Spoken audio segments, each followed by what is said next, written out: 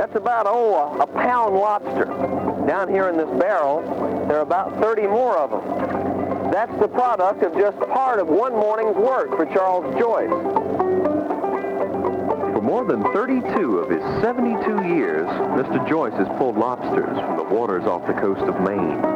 Each short excursion from one set of tracks to another is punctuated by his seemingly endless attempts at keeping his pipe lit. Between the wind and the trap hauling, it spends most of its time cool. For us, this was a long day that began well before dawn floated into the harbor.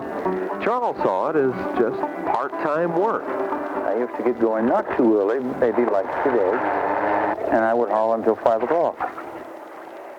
And I guess about a dozen years ago, quit in hauling at 4 o'clock. And then a few years later, as I got a little older, I stopped at 3 o'clock. Because in recent years, it's 12:01, sometimes 2, depending when I get started and how much I've worked. No, I didn't always want to be a lobster fisherman. As a younger person, I didn't want to go in the boat. I had an old horse, and a little garden, did a little hay in. Lobster fishing is a solitary business. What news and gossip there is shouted, gunnel to gunnel. Because I went in early, but I went in with 30 pounds. Fishing of any sort takes patience and a healthy application of faith. Charles Joyce learned both a long time ago. It's a little enthusing when you accomplish something, you see. If you get traps and get good fishing, it's very enthusing. Almost any kind of fishing is enthusing when you're doing good. It's when you don't do good that then you have to start singing or something to keep your courage up and keep going.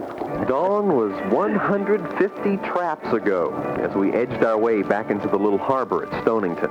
In the barrel, 67 pounds of Maine lobster that will grace someone's plate in just a matter of hours. Charles will anchor the Stephen Joyce, stoke up his pipe again, and head for shore. The day ends for Charles Joyce just about the same way as it began, with a short row and a small dinghy. Tomorrow morning, it starts all over again. But then that's life for a lobsterman off the coast of Maine. This is Andy Johnston.